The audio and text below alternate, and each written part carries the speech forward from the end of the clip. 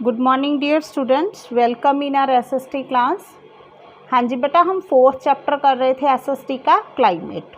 ठीक है, क्लाइमेट में हमने सबसे पहले पढ़ा था वेदर और क्लाइमेट भी। वेदर क्या होता है और क्लाइमेट क्या होता है, दोनों का अगर आप सिंपल सा मीनिंग देखो तो वेदर क्या है, वेदर वो है जो हर दिन और हर घंटे तो के घंटे बाद बदल रहा है। ठीक है, मतलब सुबह का मौसम कुछ और है, शाम को कुछ और है, दोपहर को कुछ और है, घंटे घंटे बाद मौसम चेंज होता है, उसको हम डिफ़ाइन करते हैं एज अ वेदर।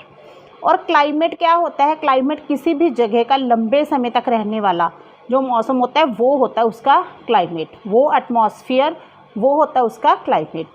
तो नेक्स्ट पॉइंट था इसमें कि क्लाइमेट को कौन से फैक्टर अफेक्ट करते हैं। ठीक है, किसी जगह का क्लाइमेट कैसे निर्धारित होता है। तो फर्स्ट पॉइंट था डिस्टेंस फ्रॉम द इक्वेटर। ठीक है, जो कि हमने लास्ट क्लास में डिस्कस कर लिया था कि इक्वेटर से अगर कोई स्थान बहुत दूरी पर है, क्योंकि इक्वेटर पे सन रेज डायरेक्ट पड़ती हैं, तो इक्वेटर पे क्या होता है, बहुत ज़्यादा गर्मी भी होती है और बारिश भी खूब आती है।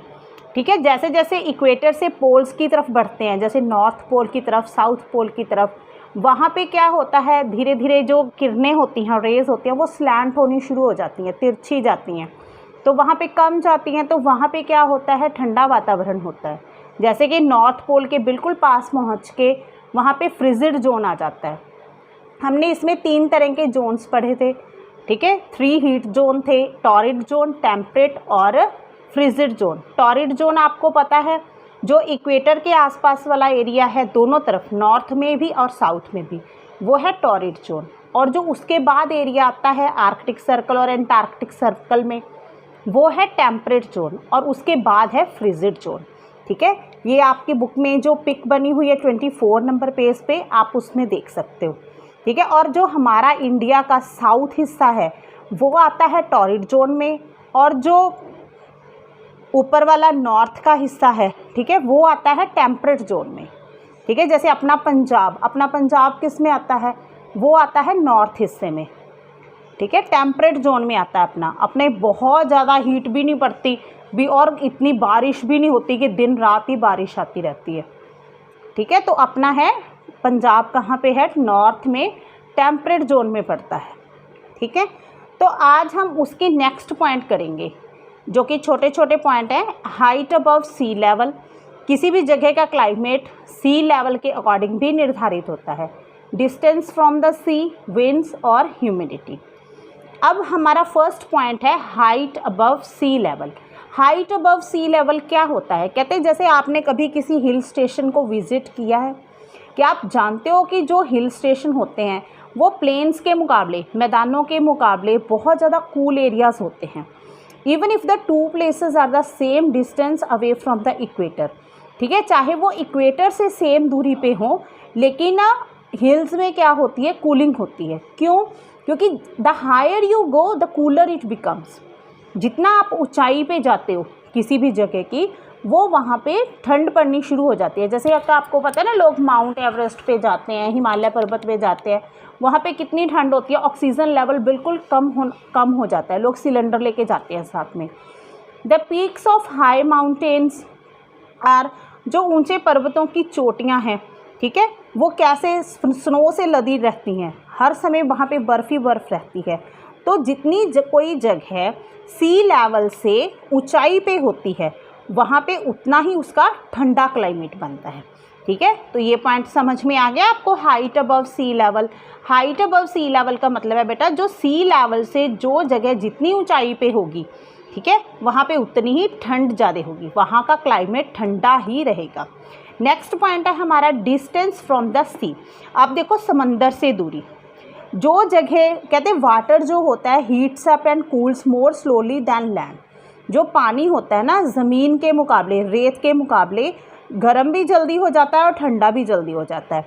This affects the climate. ये भी किसी भी जगह के, जो समंदर के नज़दीक जगह है, उनके क्लाइमेट को निर्धारित करता है।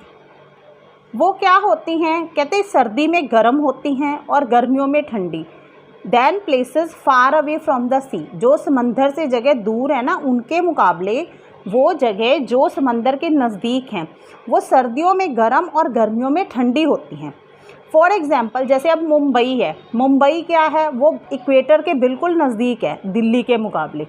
दिल्ली दूर पड़ता है, ठीक है, दिल्ली तो देखो अपने इधर नॉर्थ में आ गया।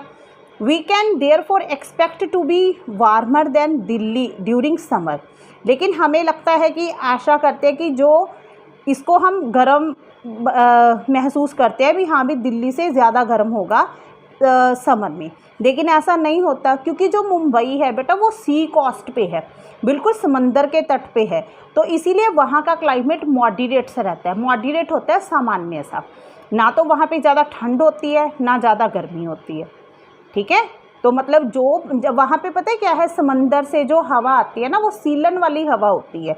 वहाँ के मौसम में थोड़ी ह्यूमिडिटी रहती है, ठीक है। जो आगे आएगा पॉइंट उसमें आपको समझ आ जाएगा ह्यूमिडिटी क्या होती है। नेक्स्ट पॉइंट है हमारा जो फोर्थ पॉइंट है, ठीक है, फर्स्ट ये हो गया, फोर्थ पॉइंट है विंड्स। अब विंड्स क्या होती हैं, हवाएं। हवाएं क्या हैं, ये भी कहते हैं tend to flow in particular direction in different parts of the world. ये संसार के अलग अलग हिस्सों में अलग अलग डायरेक्शंस में बहती हैं, ठीक है। तो वो गर्म भी हो सकते हैं, जैसे देखो अपने कई बार तो गर्म हवा चलती है, कई बार ठंडी ठंडी हवा आती है, कई बार खुश्क सी आती है, लोगों की स्किन फटनी शुरू हो जाती है, होंठ फट जाते हैं, हाथ फटते हैं, लोगों को मॉइस्चर चाहिए होता है भी, हाँ भी कोई ना कोई लोशन लगा के रखें। और कई बार क्या होता है, फुल ऑफ मॉइस्चर होती है, कई बार पूरी नमी भरी होती है। नमी कैसे भरी होती है, मतलब हवा सीलन भरी होती है। जैसे सर्दियों में कई बार क्या होता है, हवा सीलन भरी होती है ना, कुछ भी आप बाहर डाल सूखता ही नहीं है, मतलब उसमें नमी रहेगी ही रहेगी, ठीक है। आपके कोई भी आपका व्हीकल बाहर खड़ा है उस पर भी नमी रहेगी, कोई भी चीज़ आपकी बाहर पर उसमें सील सी रहती है। तो क्या होता है, कहते हैं ये डिपेंड करता है कि वो कहाँ से आ रही हैं। हवाओं का क्या होता है कि वो गर्म क्यों हैं, ठंडी क्यों हैं, मॉइस्चर उनमें क्यों है या ड्राई क्यों है, वो किस पे डिपेंड करता है कि वो कहाँ से आ रही हैं, उनका फ्लो ऑफ डायरेक्शन कौन सा है। फॉर एग्जाम्पल जैसे मॉनसून विंड्स हैं, हमारी मॉनसून हवाएं हैं। मॉनसून क्या होता है, उनमें नमी होती है, तभी वो बारिश लेके आते हैं ना।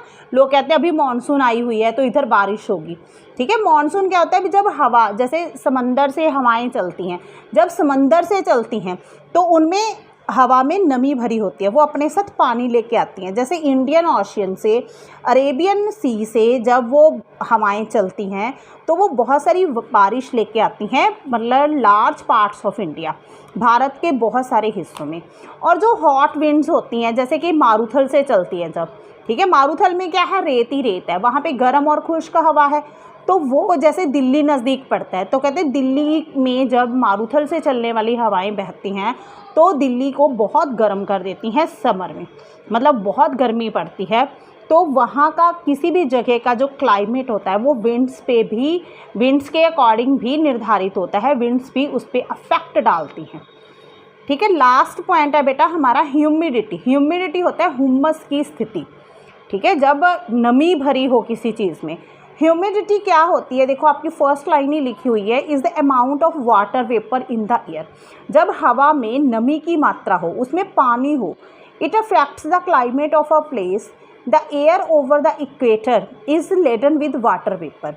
जितने भी जो इक्वेटर के ऊपर हवाएं चलती हैं ना, वहाँ पे जो एरिया है हवा का, उसमें वाटर वेपर बहुत ज़्यादा होता है। क्यों होता है, क्योंकि देखो वहाँ पे हीट ज़्यादा पड़ती है, सनरेज डायरेक्ट पड़ती हैं, तो सूर्य की किरणें पड़ने से पानी, मतलब वहाँ की जो गर्मी है ज़्यादा होती है, गर्मी की वजह से पानी भाप बन के ज़्यादा उड़ता है, बादल ज़्यादा बनते हैं तो बारिश ज़्यादा आती है। तो वहाँ पे हवाएं जितनी भी चलती रहती हैं वो सिल भरी ही चलती हैं, उनमें नमी ज़्यादा भरी होती है, ठीक है। तो इसकी वजह से वहाँ पे बारिश ज़्यादा आती है। तो हमें समझना चाहिए कि जो क्लाइमेट, जो इक्वेटर के नज़दीक जितने भी एरिया का क्लाइमेट बनता है वो कैसा बनेगा, हॉट एंड वेट। गर्मी भी ज़्यादा रहेगी लेकिन बारिश भी खूब आती है, वहाँ पे ग्रीनरी भी बहुत ज़्यादा होती है बेटा, क्योंकि वहाँ पे बारिश आने की वजह से पेड़ पौधे ज़्यादा होते हैं, ठीक है। जैसे डेजर्ट्स होते हैं, मारूथल होते हैं, ये उन जगहों पे पाए जाते हैं जहाँ पे बहुत कम ह्यूमिडिटी होती है, जहाँ पे हवा में नमी होती नहीं, तभी वहाँ पे बारिश नहीं आती, तो वेरी लिटिल रेन आती है, ठीक है। तो सारा साल, तो ये हो गए बेटा क्लाइमेट को निर्धारित करने वाले 5 पॉइंट, ठीक है। ये आपने अच्छे से पढ़ना है पूरे लेसन को, बहुत बढ़िया लेसन दिया हुआ है आपका, ठीक है, आपने अच्छे से देखना है। और जो इसका ये वाला पॉइंट होता है ना, आई नाउ नो, उसको बाद, ठीक है, उसमें आपको सारा लेसन जो होता है ब्रीफ हो जाता है, उसको भी आप एक बार ज़रूर पढ़ लिया करो। और जो वर्ड्स दिए होते हैं, वर्ड्स टू रिमेंबर, उनको भी याद करना होता है, ठीक है। तो आई होप आप सभी को लेसन समझ में आ गया होगा, ठीक है। अगर किसी को कोई प्रॉब्लम है तो वो मुझसे पूछ लेना क्लास में, ठीक है बेटा। Okay, thanks, have a nice day.